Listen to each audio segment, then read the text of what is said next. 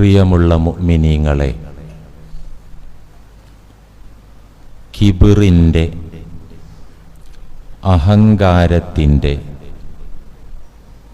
ചില അടയാളങ്ങളെക്കുറിച്ചാണ് കഴിഞ്ഞ 2 വെള്ളിയാഴ്ചകളിൽ നിങ്ങൾ കേട്ടത്. ആ പറയപ്പെട്ട ഈഗോയുടെ, അഹങ്കാരത്തിൻ്റെ ലക്ഷണങ്ങൾ മനസ്സിൽ കിബിറെന്ന മാരകമായ രോഗത്തിൻ്റെ സാന്നിധ്യമുണ്ട് എന്നതിൻ്റെ വ്യക്തമായ കൃത്യമായ തെളിവുകളാണ്. നമുക്ക് സ്വർഗം നഷ്ടമാകാൻ കാരണമാകുന്ന അല്ലാഹുവിൻ്റെയും അവൻ്റെ മലക്കുകളുടെയും മുഅ്മിനീങ്ങളുടെയും വെറുപ്പിന് നാം പാത്രമാകാൻ കാരണമാകുന്ന മാരകമായ ആ മനോരോഗം ലബോറട്ടറികളിൽ ചെന്ന് നമുക്ക് ടെസ്റ്റ് ചെയ്ത് കണ്ടെത്താനാവില്ല. പരിശുദ്ധ ദീൻ അതിന് പറഞ്ഞ ലക്ഷണങ്ങൾ, അതിലൂടെ മാത്രമേ ആ രോഗനിർണയം നമുക്ക് സാധ്യമാവുകയുള്ളൂ. അതുകൊണ്ട് പ്രിയപ്പെട്ടവരെ, ഇവിടെ പറയുന്ന ഈ ലക്ഷണങ്ങൾ കൃത്യമായി നിരീക്ഷിച്ച് ഓരോരുത്തരും സ്വന്തത്തിലേക്ക് ആത്മവിചിന്തനം നടത്തി, പരിശോധന നടത്തി, രോഗമുണ്ടെങ്കിൽ അതിന് പ്രതിവിധി കണ്ടെത്തൽ ഫർള് ഐനാണ്, ഓരോരുത്തരുടെയും ബാധ്യതയാണ്. ചില ലക്ഷണങ്ങളാണ് കഴിഞ്ഞ ക്ലാസുകളിൽ നിങ്ങൾ കേട്ടത്. മറ്റൊരു അടയാളമാണ് വസ്ത്രങ്ങളിലൂടെ, വാഹനങ്ങളിലൂടെ, വീടുകളിലൂടെ പൊങ്ങച്ചം പ്രകടിപ്പിക്കൽ അഹങ്കാരത്തിൻ്റെ ലക്ഷണമാണ്. നല്ല പുടവയണിഞ്ഞ് ബഹുജന സമക്ഷം പരസ്യമായി പ്രത്യക്ഷപ്പെടുമ്പോൾ ബിലിസാനിൽ ഹാൽ, അദ്ദേഹത്തിൻ്റെ ഭാവം കൊണ്ട് അദ്ദേഹം പറയാണ്, നോക്കടാ എൻ്റെ ഡ്രസ്സ്, വില കൂടിയ ഡ്രസ്സ്, ലിനൻ്റെ കൂടിയ ഡ്രസ്സ്, കോട്ടൻ്റെ കൂടിയ ഡ്രസ്സ് കണ്ടില്ലടോ നീ, മറ്റാർക്കുമില്ലാത്ത എൻ്റെ ഡ്രസ്സ് എന്ന ഭാവം, അല്ലെങ്കിൽ അത് നാവുകൊണ്ട് പറയാം. നല്ല വാഹനത്തിൽ കയറി വന്ന് ആളുകൾക്കിടയിൽ നിന്ന് ആ വാഹനത്തിൽ നിന്നിറങ്ങുകയോ അതിലേക്ക് കയറുകയോ ചെയ്യുമ്പോൾ, കണ്ടടോ, കണ്ടില്ലേ ജനങ്ങളെ എൻ്റെ വാഹനം, കൂടിയ വാഹനം.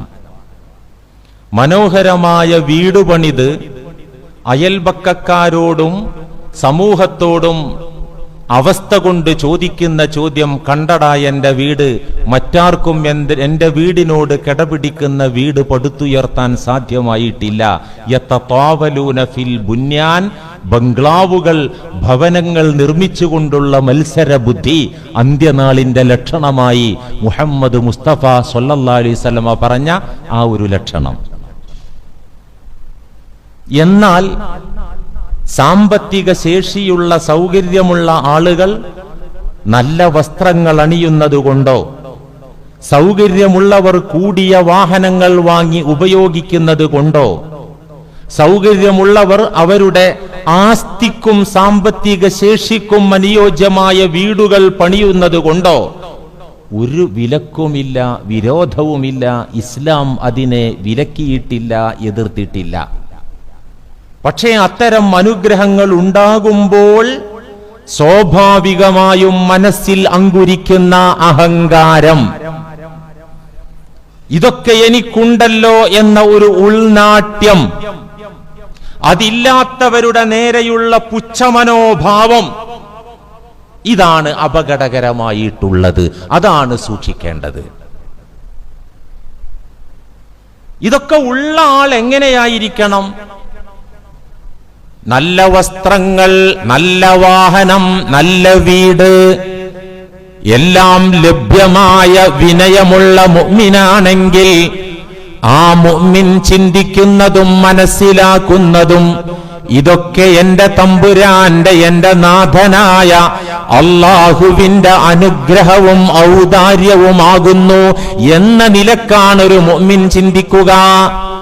എന്നാൽ ഈമാനിൽ കളങ്കമുള്ള മുസ്ലിമാണെങ്കിൽ സ്വാഭാവികമായിട്ടും ഇതെന്റെ കേമത്തരമാണ്, ഇത് ഞാൻ അർഹനായതുകൊണ്ട് എനിക്ക് കിട്ടിയതാണ്, ഇതൊക്കെ എന്റെ വണ്ണ വലിപ്പമാണെന്ന അബദ്ധധാരണ മനസ്സിൽ കേറും. നബി സല്ലല്ലാഹു അലൈഹി വസല്ലമ തങ്ങൾ കൃത്യമായി വ്യക്തമായി നമുക്ക് ഈ കാര്യം പറഞ്ഞു തന്നിട്ടുണ്ട്. ഖാല റസൂലുള്ളാഹി സ്വല്ലല്ലാഹു അലൈഹി വസല്ലം കുലൂ വശ്റബൂ വൽബസൂ മിൻ ഗൈരി ഇസ്റാഫിൻ വലാ മഖീല. കുലു, നിങ്ങൾ ഭക്ഷണം കഴിച്ചോളൂ. ആട്ടിറച്ചി മേടിക്കാൻ കാശുണ്ടെങ്കിൽ മൂവാറ്റുപുഴക്ക് 1000 രൂപേന്റെ മുകളിലൊക്കെ വില. അത് വെള്ളിയും ഞായറും മേടിക്കാൻ കാശ് മേടിച്ചോളൂ. കുലു, നിങ്ങൾ കഴിച്ചോളൂ. വശ്റബൂ, നിങ്ങൾ കുടിച്ചോളൂ. നല്ല പാനീയങ്ങൾ നിങ്ങൾ കുടിച്ചോളൂ. വൽബസൂ, നിങ്ങൾ അണിഞ്ഞോളൂ. വിലയുള്ള വസ്ത്രമാണെങ്കിൽ അത് അണിഞ്ഞോളൂ. വിലയുള്ള വാഹനം മേടിക്കാൻ നിങ്ങൾക്ക് സൗകര്യം ഉണ്ടെങ്കിൽ അത് വാങ്ങിക്കോളൂ. സൗകര്യമുള്ള വീട് പണിയാൻ നിങ്ങൾക്ക് അവസരം ഉണ്ടെങ്കിൽ നിങ്ങൾ അത് ചെയ്തോളൂ. പക്ഷേ 2 നിബന്ധന. മിൻ ഗൈരി ഇസ്റാഫിൻ വലാ മഖീല. ദൂർത്ത് പാടില്ല. തിന്നുന്നിടത്തും കുടിക്കുന്നിടത്തും ഉടുക്കുന്നിടത്തും കെട്ടിപ്പണിതുയർത്തുന്നിടത്തും ഒന്നും ദൂർത്ത് പാടില്ല. വലാ മഖീല, ഗർവ് പാടില്ല, അഹങ്കാരം പാടില്ല, പൊങ്ങച്ച പ്രകടനം പാടില്ല. റബ്ബിൽ നിന്നുള്ള നിഅമത്താണ്, അവന്റെ അനുഗ്രഹവും ഔദാര്യവുമാണ് എനിക്ക് കിട്ടിയിരിക്കുന്നതെന്ന തിരിച്ചറിവോടുകൂടെ അതൊക്കെ നിങ്ങൾക്കാകാവുന്നതാണ്. മഹാന്മാരായ അംബിയാ മുർസലുകളിൽ ചിലർ, അംബിയാ മുർസലുകൾക്ക് ശേഷം വന്ന മഹാരഥന്മാരായ ഔലിയാക്കളിൽ ചിലർ മുന്തിയ വസ്ത്രങ്ങളും കൂടിയ വാഹനങ്ങളും ഉപയോഗിച്ചതായി കാണാം. നബിയുല്ലാഹി യൂസുഫ് അലൈഹിസ്സലാം മിസ്റിന്റെ അധികാര ചെങ്കോലേന്തി ആ സ്ഥാനവസ്ത്രത്തോടെ സിംഹാസനത്തിലിരിക്കുന്ന മനോഹര രംഗം മുഫസ്സിറുകൾ രേഖപ്പെടുത്തുന്നുണ്ട്. അന്ന് ഇന്ന് ഹറാമായ പലതും അന്ന് ഹറാമല്ലായിരുന്നു. എന്താവട്ടെ, അമ്പിയാക്കളിൽ ചിലർ, ഔലിയാക്കളിൽ ചിലർ കൂടിയ വസ്ത്രവും വില കൂടിയ വാഹനങ്ങളുമൊക്കെ ഉപയോഗിച്ചതായിട്ട് കാണാം. അതേ നബിമാരും അതേ ഔലിയാക്കളും എല്ലാ സൗകര്യങ്ങളും ഉണ്ടായിട്ടും, എല്ലാ സൗകര്യങ്ങൾക്കും അവസരമുണ്ടായിട്ടും അതെല്ലാം ത്യജിച്ചുകൊണ്ട് ഫഖീറിനെ പോലെ ജീവിച്ചതായിട്ടും കാണാം. അവർ തന്നെ 2 തരം ജീവിതം നയിച്ചു കാണിച്ചു തന്നു. കൂടിയ പ്രൗഢിയുടെ, പകിട്ടിന്റെ, അന്തസ്സിന്റെ, ആത്മാഭിമാനത്തിന്റെ ജീവിതം നയിച്ച അവര് തന്നെ താഴേ തട്ടിലെ ഒരു ഫഖീറിന്റെ ജീവിതം ജീവിച്ചും കാണിച്ചു. ഒരു മുഅ്മിൻ വിനയമുള്ള മുഅ്മിനാണെങ്കിൽ ആ മുഅ്മിനും അങ്ങനെ തന്നെയായിരിക്കണം. സാമ്പത്തിക കഴിവുള്ള ഒരു വിനയാന്വിതനായ മുഅ്മിനാണെങ്കിൽ ആ മുഅ്മിനും ഇതിന് കഴിയണം. ബെൻസ് ഉള്ള മുതലാളിയാണ്, അദ്ദേഹത്തിന് ഓട്ടോറിക്ഷ കയറാൻ നാണുണ്ടാവാൻ പാടില്ല. എന്നാ പിന്നെ ബെൻസിൽ കയറലോ ഹറാമില്ല. നേരെ മറിച്ച് ഞാൻ ബെൻസിലേ പോവുള്ളൂ. അല്ല മുതലാളി, ആ വഴിക്ക് കടന്നാ കുടുങ്ങി റോഡാണ്, നിങ്ങളെ വണ്ടി പോവാൻ ഇച്ചിരി ബുദ്ധിമുട്ടാ, അതുകൊണ്ട് ഈ ഓട്ടോറിക്ഷയിൽ ഓട്ടോയിൽ ഞാൻ കയറൂല പറഞ്ഞാല് അത് അഹങ്കാരത്തിന്റെ അടയാളാണ്. ഒരു കുഴപ്പമില്ല, നീ വണ്ടി പോകുന്നിടത്ത് കൂടി തന്നെ എന്നാ കുഴപ്പം, ഓട്ടോറിക്ഷയിൽ വന്നാല് ഞാനത് കയറും. അയാൾക്ക് ബെൻസിൽ കയറുന്നതിന് ഒരു കുഴപ്പമില്ല, കാരണം താഴേക്ക് വരാൻ അദ്ദേഹത്തിന് ബുദ്ധിമുട്ടില്ല. മുഅ്മിൻ അങ്ങനെയാണ്, 2 അവസ്ഥയും സ്വീകരിക്കും. അള്ളാഹു എനിക്ക് അത്ര സൗകര്യം തന്നുകൊണ്ട് ഞാൻ ഇതിൽ ഓടുന്നു, നീ നാളെ പിൻവലിച്ചാൽ എനിക്ക് ഓടാനുള്ളതാണ് ഇത്, ആ ഒരു ബോധത്തിലെങ്കിലും അയാള് താഴ്ന്ന വാഹനത്തിൽ കയറാൻ തയ്യാറാവും. ഉള്ളതോടുകൂടെ താഴ്ന്ന നിലവാരത്തിലുള്ള ജീവിതം നയിക്കാൻ തയ്യാറാകുന്നവർക്ക് ഈമാനുണ്ടെന്ന് മുഹമ്മദ് മുസ്തഫ സല്ലല്ലാഹു അലൈഹി വസല്ലം. ഖാല റസൂലുള്ളാഹി സ്വല്ലല്ലാഹു അലൈഹി വസല്ലം അൽ ബദാഗത്തു മിനൽ ഈമാൻ. താഴ്ന്ന അവസ്ഥയിലുള്ള ജീവിതം നയിക്കുക എന്നത്, കൂടിയ വസ്ത്രം വാങ്ങാൻ സാധിച്ചിട്ടും വില കുറഞ്ഞതണിഞ്ഞു വരിക എന്നത്, കൂടിയ വാഹനം ഉപയോഗിക്കാൻ സാധ്യമായിട്ടും നിലവാരം കുറഞ്ഞ വാഹനത്തിൽ കയറി യാത്ര ചെയ്യുക എന്നത് മിനൽ ഈമാനി, ആ ആൾക്ക് ഈമാനുണ്ട് എന്നതിന്റെ അടയാളമാണ്. നേരെ മറിച്ച് താഴെ തട്ടിലേക്ക് ഇറങ്ങി വരാൻ സൗകര്യമുള്ള മുതലാളിക്ക് പറ്റുന്നില്ലെങ്കിൽ അത് കിബിറിന്റെയും അടയാളമാണ്, ഈമാൻ നഷ്ടമായതിന്റെ അടയാളമാണ്. സാധ്യമായിട്ടും താഴ്മയോടെ വിനയത്തോടെ ജീവിക്കുന്നവർക്ക് അന്ത്യനാളിൽ കൊടുക്കുന്ന ഒരു സീറ്റുണ്ട്. അത് ഹദീസിൽ കാണാം. മൻ തറക്കൽ ലിബാസ മുതവാളിഅൻ ലില്ലാഹ്, ഒരാൾ അലങ്കാരവും ഭംഗിയൊക്കെ ഒഴിവാക്കി. അതൊക്കെ വാങ്ങാൻ സൗകര്യമുണ്ട്, കയ്യിൽ പൈസ ഉണ്ട്, മേടിക്കാൻ ചുറ്റുപാടുണ്ട്, എന്നിട്ടും മൻ തറക്ക ഒഴിവാക്കി. എന്തിന്? തവാളുഅൻ ലില്ലാഹ്, പടച്ചവനെ നിന്റെ അടിമകളെ കൂട്ടത്തില് ഇതിനൊന്നും സൗകര്യമില്ലാത്തവരുണ്ടല്ലോ അല്ലാ, അതുകൊണ്ട് അവരെ പോലത്തെ ഒരു ജീവിതത്തിന്റെ ട്രെയിനിങ് എനിക്കും വേണല്ലോ അല്ലാ. ഈ വിനയ ചിന്ത കൊണ്ട് സൗകര്യപ്രദമായ ജീവിതം ഉപേക്ഷിക്കാൻ തയ്യാറായി താഴെ തട്ടിലേക്ക് ഒരാൾ ഇറങ്ങി വന്നാൽ വഹുവ യഖ്ദിറു അലൈഹി, സാധിച്ചിട്ടും, ഇപ്പൊ ഞാനൊരു മൊയ്ലിയാര് എനിക്ക് ബെൻസ് വാങ്ങാൻ പറ്റില്ല, ബെൻസ് ഒക്കെ ഒഴിവാക്കപ്പെടേണ്ടതാണ് എന്ന് ഞാൻ ആദർശം പറഞ്ഞിട്ട് എന്താ കാര്യം? എനിക്ക് വാങ്ങാൻ കഴിയൂല. അല്ലെങ്കിൽ സുഹൃദ് വിരക്തി പ്രപഞ്ച ത്യാഗം എന്നൊക്കെ പറഞ്ഞാൽ എന്താ? ഉണ്ടായിട്ട് വർജിക്കല. ബോക്സിങ്ങിലും ഗുസ്തിയിലൊക്കെ എപ്പോഴാ ഒരാൾ ജയിക്കുക? നല്ലൊരു മല്ലനോട് മൽപിടുത്തം നടത്തി അയാളെ മലർത്തിയടിച്ചാലല്ലേ. ഞാൻ ലങ്കോട്ടിയൊക്കെ ധരിച്ചിട്ട് അതിന്റെ കുപ്പായും യൂണിഫോം ഒക്കെ ഇട്ട് ഞാൻ അങ്ങനെ മസിൽ വരിച്ച് ഒറ്റക്ക് ഇങ്ങനെ നിന്നിട്ട് എന്താ കാര്യം? ഓപ്പോസിറ്റ് ആള് വരണം. ഇതുപോലെ ഈ ദുന്യാവും അതിന്റെ പ്രൗഢിയും പകിട്ടൊക്കെ എന്റെ നേരെ വരണം, എന്നിട്ട് ഞാൻ മസിൽ പിടിച്ച് ജയിക്കണം. അവിടെയാണ് അതിന്റെ വീര്യമുള്ളത്. സാധ്യമായിട്ടും സൗകര്യത്തോടെ അലങ്കാരത്തിന്റെ പ്രൗഢിയുടെ പകിട്ടിന്റെ ജീവിതത്തിന് സാധ്യമായിട്ടും തവാളുഅൻ ലില്ലാഹ്, അള്ളാഹുവിന്റെ മുന്നിൽ വിനയം കാണിക്കാൻ താഴ്ന്ന ജീവിതത്തിലേക്ക് കടന്നു വന്നാൽ അത്തരക്കാരെ ദഅഹുല്ലാഹു യൗമൽ ഖിയാമ അലാ റൂസിൽ ഖലായിഖ്, മഹ്ശറ വൻസഭയിൽ വെച്ച്, മാനവ മക്കളുടെ മുന്നിൽ വെച്ച്, ലോക മനുഷ്യ സംഗമം മഹാസമ്മേളന നഗരിയിൽ വെച്ച് ഇത്തരക്കാരെ പ്രത്യേകം അനൗൺസ്മെന്റ് ചെയ്ത് വിളിപ്പിക്കും. എന്തിന്? അവർക്കിഷ്ടമുള്ള ഉടയാടകൾ സെലക്ട് ചെയ്തണിയാൻ വേണ്ടി. മഹ്ശറയിലെ പരലോകത്തെ ഉടയാടാന്ന് പറഞ്ഞാൽ ഈമാനിന്റെ അലങ്കാര വസ്ത്രം.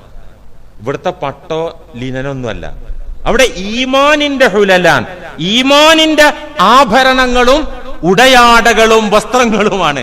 ആ ഈമാനിക റേഞ്ചിന്റെ വസ്ത്രം ഏത് വേണടാ എടുത്തണിയൂ എന്ന് അല്ലാഹു അന്ന് പറയുമെന്ന് നബി മുഹമ്മദ് മുസ്തഫ.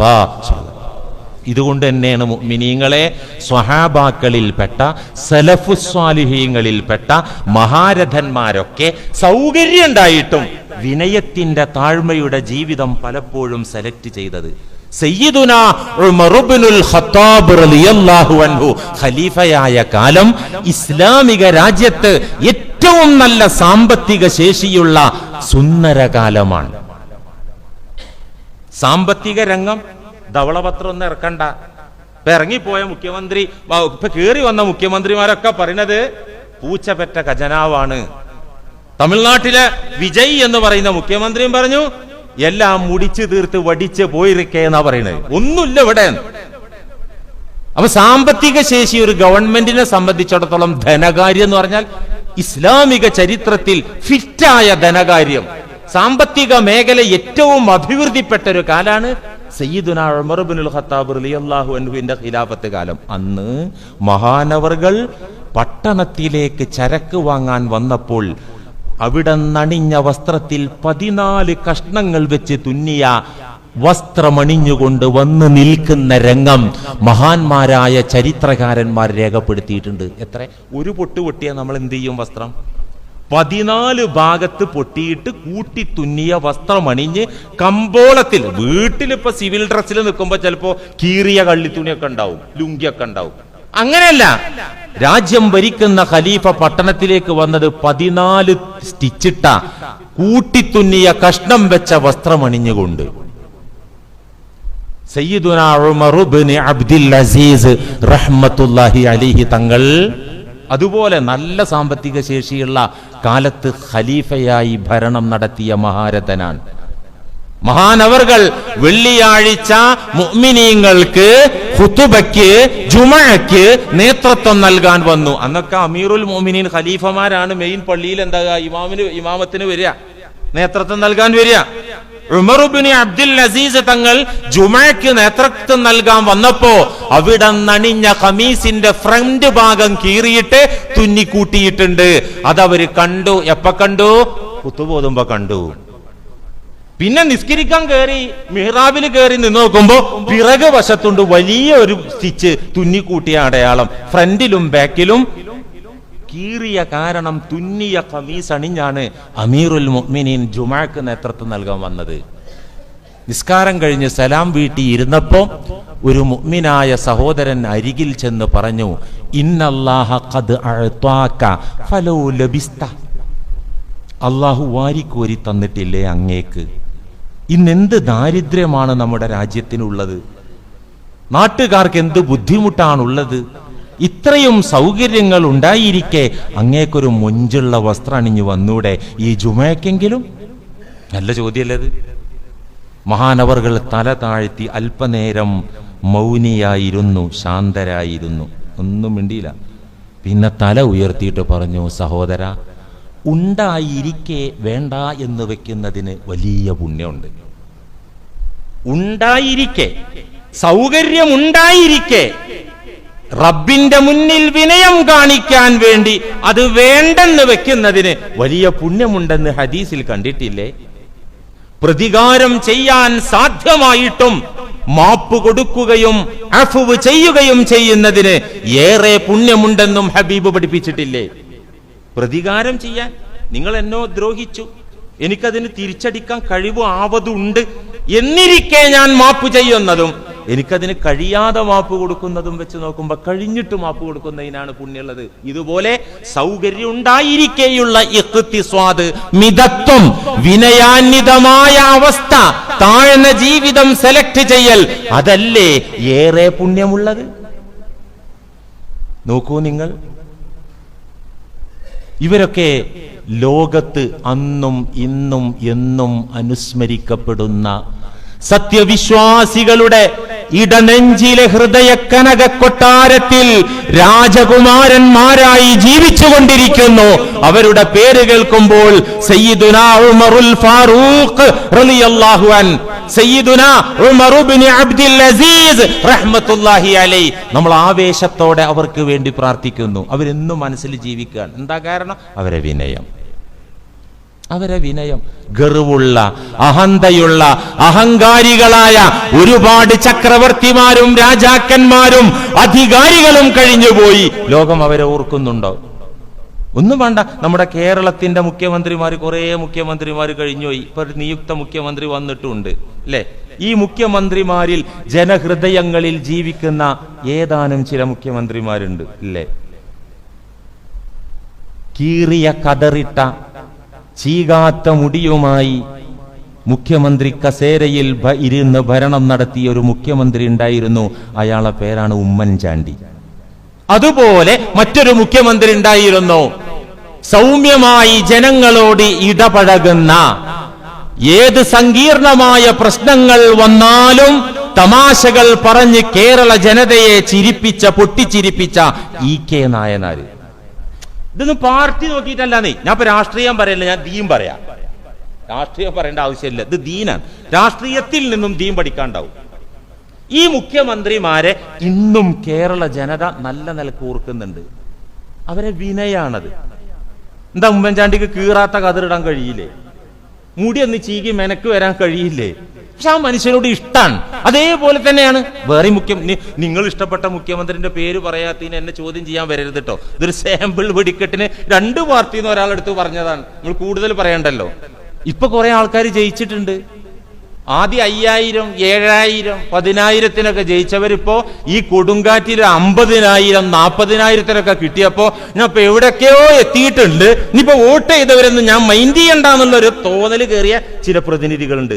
ജനം അവരെ പാഠം പഠിപ്പിക്കും. എന്തുകൊണ്ട്? മൻ തകബ്ബറ വളഅഹുല്ല, പൊങ്ങാൻ നിൽക്കരുത്. പൊങ്ങിയ ജനങ്ങളെ അടുക്കിയിരുത്തും, ഇരുത്തിയിരിക്കും. ഇതാണ് പാഠം. ഇതിപ്പോ മുഹമ്മദിനെയും അന്തൂനെയും റഷീദിനെയും മാത്രമേ ഇരുത്തുന്നതല്ല, എല്ലാ അബൂജാഹിലിനും നമ്രൂദിനുമാരും ഫറോവമാരെയൊക്കെ അള്ള ഇരുത്തും. മുസ്ലിമും അമുസ്ലിമും ഇവിടെ വ്യത്യാസമില്ല. ഗർവ് കാണിച്ചാൽ, അഹന്ത നടിച്ചാൽ, അത് ഏതധികാര കസേരയിൽ കേറിയിരുന്ന് ഗർവ് കാണിച്ചാലും അഹങ്കാരം ധടിച്ചാലും അവനെ ഇരുത്തേണ്ടിടത്ത് അള്ളാഹു കൊണ്ടിരുത്തും. ഇതൊരു പാടാണ്. ആരും പൊങ്ങണ്ട.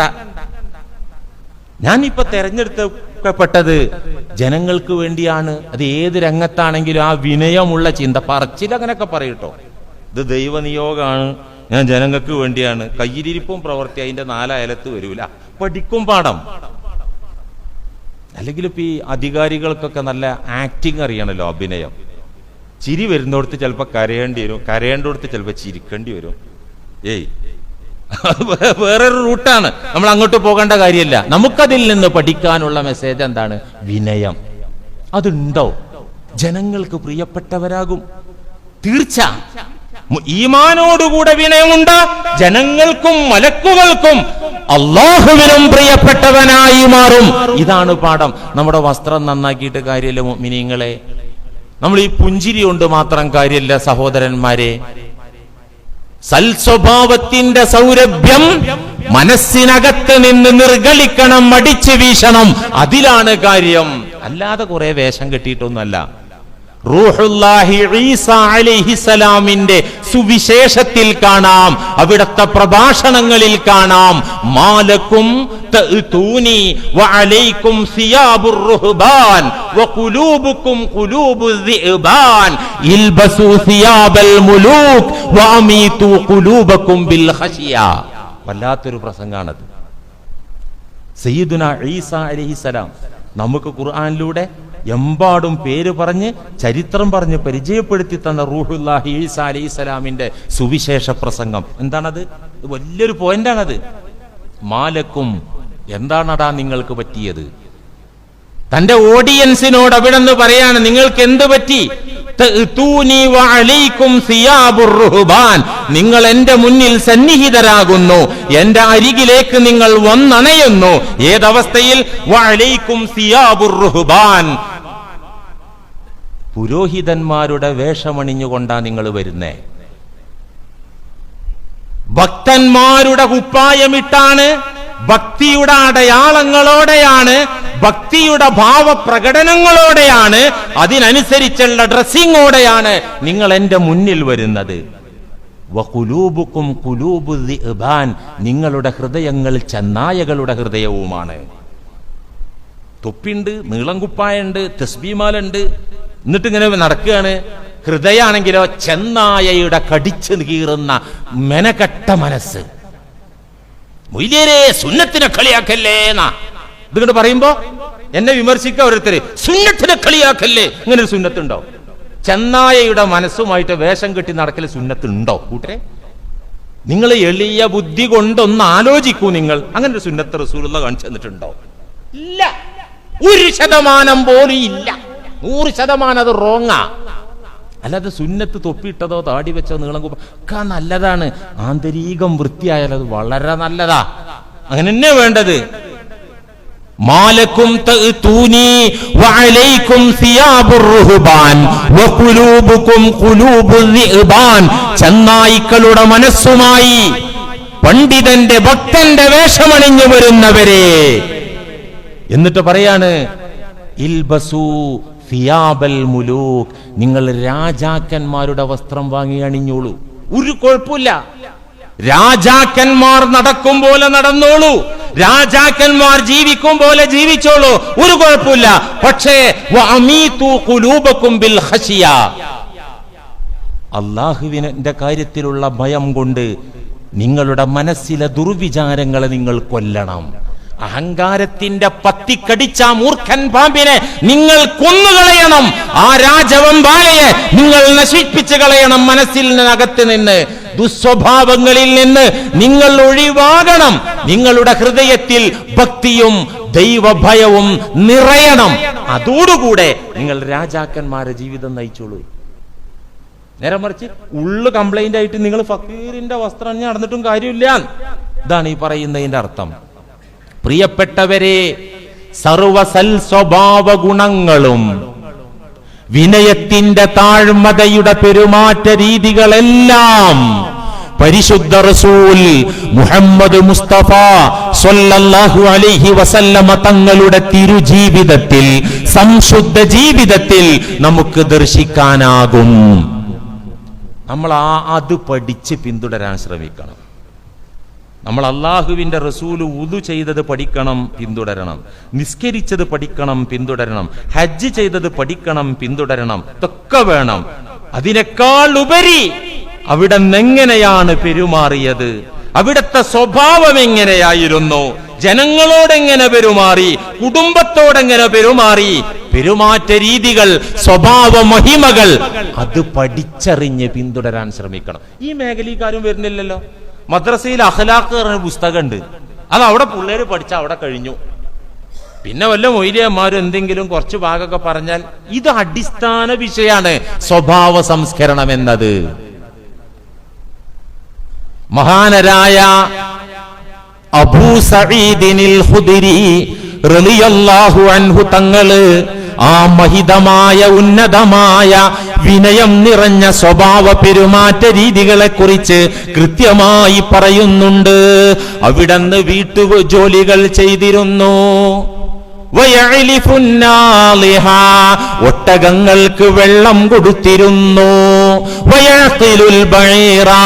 ഒട്ടകങ്ങളെ മാറ്റിക്കെട്ടിയിരുന്നു, കയറിൽ കൊണ്ടുപോയി കെട്ടിയിരുന്നു. സ്വന്തം ഭവനം അടിച്ചു വൃത്തിയാക്കിയിരുന്നു, ചൂലെടുത്ത് തൂത്ത് അടിച്ചു വൃത്തിയാക്കിയിരുന്നു. ആടിനെ കറന്ന് പാലെടുത്തിരുന്നു. മുഹമ്മദ് മുസ്തഫ സ്വല്ലല്ലാഹു അലൈഹി വസല്ലം അവിടത്തെ തൃക്കരങ്ങൾ കൊണ്ട് ചെരിപ്പും വസ്ത്രവും തുന്നിയെടുക്കുമായിരുന്നു.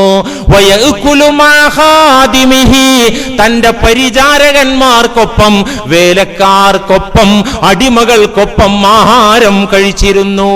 ഇതൊക്കെ നമ്മളെ സർവന്റിന് എപ്പോഴാ ഭക്ഷണം കിട്ടുക? വീട്ടില് എല്ലാരും തിന്നു കഴിഞ്ഞിട്ട് ആ പാത്രമൊക്കെ കഴുകി വെച്ചിട്ട് ലാസ്റ്റ് സമയം. വീട്ടിലെ ഭാര്യമാരും കുടുംബവും മിക്ക വീട്ടിലും അങ്ങനെയാണ്. ഒക്കെ ബർക്കത്തിനെതിരാണ്. റാഹത്തായിട്ട് എല്ലാവരും ടേബിളിൽ ഇരുന്ന് ആഹാരം കഴിക്കുക. അവിടെ സർവന്റിനെയും വിളിച്ചു വരുത്തിയിട്ട് അവിടെ ഇരുത്തുക. മുതലാളി പണിക്കാരൊപ്പം ഇരുന്ന് തിന്നണം. തിന്നാൻ പറ്റണില്ലേ? അഹങ്കാരത്തിന്റെ അടയാളാണ്. ആരംഭ റസൂൽ തന്റെ അടിമകളുടെ കൂടെ, പരിചാരകന്മാരുടെ കൂടെ ആഹാരം കഴിക്കുമായിരുന്നു. മദീന പട്ടണത്തിൽ നിന്ന്, കമ്പോളത്തിൽ നിന്ന് ഏതെങ്കിലും വീട്ടു സാധനങ്ങൾ വാങ്ങിച്ചാൽ അവിടത്തെ ചുമലിലോ തലയിലോ കയ്യിലോ വഹിച്ച് വീട്ടിലേക്ക് പരസ്യമായി പോകുമായിരുന്നു. കുട്ടികൾക്കും മുതിർന്നവർക്കും സമ്പന്നർക്കും പാവങ്ങൾക്കും അവിടുന്ന് ഹസ്തദാനം നൽകുമായിരുന്നു. അടിമകളോടും സ്വതന്ത്രരോടും ഫക്കീറന്മാരോടും മുതലാളിമാരോടും മുതിർന്നവരോടും ചെറിയ കുട്ടികളോടും അവിടുന്ന് സലാം പറയുമായിരുന്നു. ഇങ്ങോട്ട് പറഞ്ഞാൽ മടക്കല്ല, ഇങ്ങോട്ട് പറഞ്ഞാൽ തന്നെ ആളെ നോക്കിയിട്ടാണ് സലാമിന്റെ മടക്കല്. ഇഷ്ടപ്പെട്ടില്ലേ ഇസ്ലാം, അത് തിരിഞ്ഞു നോക്കൂല. അങ്ങനെ ഇരുന്ന് വർത്താനം പറയുമ്പോ ഒരു പച്ചപ്പാ വൈല പോയപ്പോ സലാം അലൈക്കും ഇസ്ലാം, അവന്റെ അത്ര മതി. അങ്ങനെയല്ല, നമ്മൾ അങ്ങോട്ട് പറയേണ്ട ചില മേഖല ഉണ്ട്. അത് കുട്ടികളായാലും മുതിർന്നവരായാലും ഒക്കെ ഉണ്ടല്ലോ. കുട്ടികളോടും മുതിർന്നവരോടും അടിമകളോടും സ്വതന്ത്രരോടും പണക്കാരോടും പണിക്കാരോടും അള്ളാഹുവിന്റെ റസൂല് അങ്ങോട്ട് സലാം പറയുമായിരുന്നു. ഏത് പച്ചപ്പാവമാണെങ്കിലും, പരമദരിദ്രനാണെങ്കിലും, ഫക്കീറാണെങ്കിലും, മിസ്കീനാണെങ്കിലും തങ്ങളെ ക്ഷണിച്ചാൽ ആ ക്ഷണം സ്വീകരിക്കുമായിരുന്നു. ഇത്രയും അബൂ സഈദ് റളിയല്ലാഹു അൻഹു വിവരിച്ചത് അബൂ സലമ റളിയല്ലാഹു അൻഹു കേട്ടിട്ട് നേരെ ആയിഷ ബീവിന്റെ അരികിലേക്ക് ഓടുകയാണ്. റസൂലുള്ളാഹിയെ കുറിച്ച്, അങ്ങയുടെ പ്രിയപ്പെട്ട മണവാളൻ അള്ളാഹുവിന്റെ തിരുദൂതരെ കുറിച്ച് അബൂ സലമ ഇങ്ങനെ ഒരു 10-11 കാര്യം പറഞ്ഞു. അതിശയോക്തി കലർത്തി പറഞ്ഞിട്ടുണ്ടോ? അതെത്ര അതിന്റെ വസ്തുത എന്നറിയാൻ വന്നതാണ്. എന്തൊക്കെ പറഞ്ഞു ആയിഷ ബീവി? ഇതങ്ങോട്ട് പറഞ്ഞു കൊടുത്തു. ഞാൻ ഈ പറഞ്ഞ പോലെ ആയിഷ ബീവി പറഞ്ഞു, ഒരക്ഷരം കൂടിയിട്ടില്ല, ഇച്ചിരി കുറഞ്ഞു പോയിട്ടുണ്ട്. റസൂലുള്ളാഹി സ്വല്ലല്ലാഹി അലൈഹി വസല്ലമ തങ്ങൾ ഞങ്ങളെ കൂടെ ജീവിച്ച കാലത്ത് ഉള്ള അനുഭവങ്ങൾ വെച്ചാൽ ഈ പറഞ്ഞത് കുറച്ച് കുറഞ്ഞു പോയിട്ടുണ്ട് എന്നല്ലാതെ ഒരക്ഷരം അധികമായിട്ടില്ല എന്നും മഹദി. പ്രിയപ്പെട്ടവരെ, പുണ്യ റസൂൽ സ്വല്ലല്ലാഹു അലൈഹി വസല്ലമ തങ്ങളുടെ സ്ഥാനം എന്താണ്? മനുഷ്യകുലത്തിൽ ഉന്നതർ എന്നല്ല, അവിടുന്ന് അഷ്റഫുൽ ഖൽഖാണ്, സൃഷ്ടികളിലെ അത്യുന്നതരാണ് മുഹമ്മദുർ റസൂലുള്ളാഹി. ആ ഒരു സ്ഥാനം കിട്ടാൻ എന്താ കാരണം? അവിടുത്തെ ഉബൂദിയത്തിന്റെ പവറും അവിടുത്തെ വിനയത്തിന്റെ ശക്തിയും കൊണ്ടാണ് അത്ര വലിയ സ്ഥാനത്തെത്തിയത്. ലോകത്ത് വന്ന ഔലിയാക്കളൊക്കെ എങ്ങനെ ആ മഹിതമായ സ്ഥാനം ഉണ്ടായത്? നമ്മൾ പലരും തെറ്റിദ്ധരിച്ചു. അവർ തലകുത്തി മറിഞ്ഞിട്ട് രാത്രി ഒത്തിരി നിസ്കരിച്ചിട്ട് പകലൊരുപാട് പട്ടിണിയുടെ നോമ്പ് കിടന്ന് നോമ്പില് പിടിച്ചിട്ട് ആണെന്ന് തെറ്റിദ്ധരിച്ചു. ഒരിക്കലും അല്ല. അവരൊക്കെ അടിസ്ഥാനപരമായി ഉയർന്നതും വളർന്നതും അള്ളാഹുവിന്റെ പ്രിയപ്പെട്ട ദാസന്മാരായി മാറിയതും ബിസലാമത്തി സ്വദിരി. ഈ ഭാഗം ഉണ്ട് ക്ലീനായി. അവിടെ അഹങ്കാരമില്ല, വിനയാണുള്ളത്. അവിടെ അസൂയയില്ല, അവിടെ സ്നേഹമാണുള്ളത്. അവിടെ ദേഷ്യമില്ല, അവിടെ ക്ഷമയാണുള്ളത്. ഇതുകൊണ്ട് മഹാനരായ അബൂദർദാ റളിയല്ലാഹു അൻഹു പറയുന്നുണ്ട്, ഇന്ന ലില്ലാഹി ഇബാദൻ, അല്ലാഹുവിന് ചില അടിമകളുണ്ട്. നബിമാർക്ക് ശേഷം വരുന്ന, നബിമാരുടെ പ്രതിനിധികളായി വരുന്ന ചില ഇഷ്ടദാസന്മാർ അല്ലാഹുവിനുണ്ട്. യുഖാലു ലഹുമുൽ അബ്ദാലു, അവരെ വിളിക്കപ്പെടുന്ന സ്ഥാനപ്പേര് അബ്ദാലുകൾ എന്നാണ്. എന്താ അബ്ദാൽ എന്ന് പറഞ്ഞാൽ? പകരക്കാര്. ആരുടെ പകരക്കാര്? നബിമാരുടെ പകരക്കാര്. നബിമാരെന്താണോ ചെയ്തത്? അള്ളാഹുവിലേക്ക് വിളിച്ചു, ദീൻ പഠിപ്പിച്ചു. നരക റൂട്ടിൽ ഓടിക്കൊണ്ടിരിക്കുന്നവരെ സ്വർഗത്തിന്റെ വഴിയിലേക്ക് കൈപിടിച്ചു കൊണ്ടുവന്നു. ഇതാ നബിമാര് ചെയ്തത്. ആ പണി ചെയ്യുന്ന അബ്ദാലുകൾ ഹും ഔതാദുൽ അർളി, അവർ ഭൂമിയുടെ ആണികളാണ്. ഈ ഭൂമി സന്തുലിതാവസ്ഥയിൽ നിലനിൽക്കുന്നത് അവരെ കൊണ്ടാ അള്ളാഹു നിലനിർത്തുന്നത്. അങ്ങനത്തെ അബ്ദാലുമാർ, ഔത്താദുമാരായ അള്ളാഹുവിന്റെ ഇഷ്ടദാസന്മാർ, അവരെങ്ങനെ അവിടെ എത്തിയത്? സ്വഹാബിയായ അബൂദർദാ എന്നവർ പറയാണ്, ലം യഫ്ളുലുന്നാസ ബികസറത്തി സ്വലാത്തിൻ വലാ സിയാം വലാ ഹിസ്നി ഹില്യത്തിൻ. അവര് ജനങ്ങളിൽ ഉത്തമരായത്, അള്ളാഹുവിന് പ്രിയപ്പെട്ടവരായത് ബികസറത്തി സൗമിൻ വലാ സ്വലാത്തിൻ, നിസ്കാരവും നോമ്പും പെരുപ്പിച്ചത് കൊണ്ടല്ല, വർദ്ധിപ്പിച്ചത് കൊണ്ടല്ല, അധികരിപ്പിച്ചത് കൊണ്ടല്ല. വലാ ഹിസ്നി ഹില്യത്തിൻ, അലങ്കാരങ്ങളും വേഷങ്ങളും അണിഞ്ഞത് കൊണ്ടല്ല, ഭക്തന്റെ വേഷമണിഞ്ഞത് കൊണ്ടല്ല, താടി നീട്ടിയത് കൊണ്ടല്ല, തലപ്പാവിന്റെ വാൽ 1.5 മീറ്റർ നീണ്ടത് കൊണ്ടല്ല, കമീസ്, തൂവള്ള കമീസ് ഗൾഫിൽ നിന്ന്, മക്കയിൽ നിന്ന് അടിച്ചു കൊണ്ടുവന്നാണ് അണിഞ്ഞത് കൊണ്ടല്ല. പിന്നെയോ വലാകിൻ ബിസ്ദിഖിൽ വറഇ വഹുസ്നിൻ നിയതി വസലാമത്തി സ്വദ്രി ലിജമീഇൽ മുസ്ലിമീൻ. ബിസ്ദിഖിൽ വറഇ, സത്യസന്ധമായ സൂക്ഷ്മത. നാവുകൊണ്ട് സൂക്ഷ്മത, പഠിച്ചോനെ ഇതൊക്കെ സൂക്ഷിക്കണം. ജീവിതത്തിൽ ഇല്ല, അങ്ങനെയല്ല. സിദ്ഖുള്ള വറഇ, സത്യസന്ധമായ സൂക്ഷ്മത. വഹുസ്നിൻ നിയ്യ, മെച്ചപ്പെട്ട നിയ്യത്ത്, നല്ല നിയ്യത്ത്, കലർപ്പില്ലാത്ത നിയ്യത്ത്. വസലാമത്തി സ്വദ്രി ലിജമീഇൽ മുസ്ലിമീൻ, ഒരു മുസ്ലിമിനോടും വിദ്വേഷമില്ല, പകയില്ല, വെറുപ്പില്ല, അസൂയയില്ല, എല്ലാവരോടും ഫ്രീ മൈൻഡ്. മനസ്സിൽ അഹങ്കാരത്തിന്റെ ഈഗോയുടെ കണികയില്ല, അണുത്തൂക്കമില്ല. വിനയം നിറഞ്ഞ മനസ്സുമായി അവർ അള്ളാഹുവിലേക്ക് ഉയരുകയും അള്ളാഹുവിന്റെ പ്രിയപ്പെട്ട ദാസന്മാരായി മാറുകയും ചെയ്തു. ആര്? നബിമാർക്ക് ശേഷം വന്ന പകരക്കാർ. അള്ളാഹു അവരെ കൂട്ടത്തിൽ നമ്മളെ ഉൾപ്പെടുത്തി തരട്ടെ. അവരെ പോലെ ആകാൻ പറ്റിയില്ലെങ്കിലും അവരുടെ കൂടെ അള്ളാഹു നമുക്കിടം നൽകട്ടെ. അതിനെന്താ വേണ്ടത്? ഇവിടെ ഒന്ന് തുറക്കൂ. ഒത്തിരി കച്ചറ കിടക്കുന്നുണ്ട് ഇവിടെ. അതിൽപ്പെട്ട വലിയ കച്ചറന് ഞാൻ അത് ആദ്യം എടുത്തിട്ട് നുള്ളിക്കളഞ്ഞാൽ നമുക്ക് ഉയരാൻ സാധിക്കും. ഈ നിസ്കാരം ഫലം കാണാൻ തുടങ്ങും. ഈ നോമ്പ് ഫലിക്കാൻ തുടങ്ങും. ഒരു സുബ്ഹാനല്ലാഹ് എന്ന് ചൊല്ലുന്നതിന് ഫലം കാണാൻ തുടങ്ങും. കാണാത്ത എന്താണ്? ഈ രാജവമ്പാലകത്ത് കിടക്കുകയാണ്. അവനെ പിടിച്ച് പുറത്തിടണം ഇൻഷാ അല്ലാഹ്. അല്ലാഹു വിനയമുള്ള താഴ്മയുള്ള യഥാർത്ഥ മുഅ്മിനീങ്ങളായി നമ്മയൊക്കെ സ്വീകരിക്കട്ടെ, പരിവർത്തിപ്പിച്ച് മെച്ചപ്പെടുത്തി രക്ഷപ്പെടുത്തി തരട്ടെ.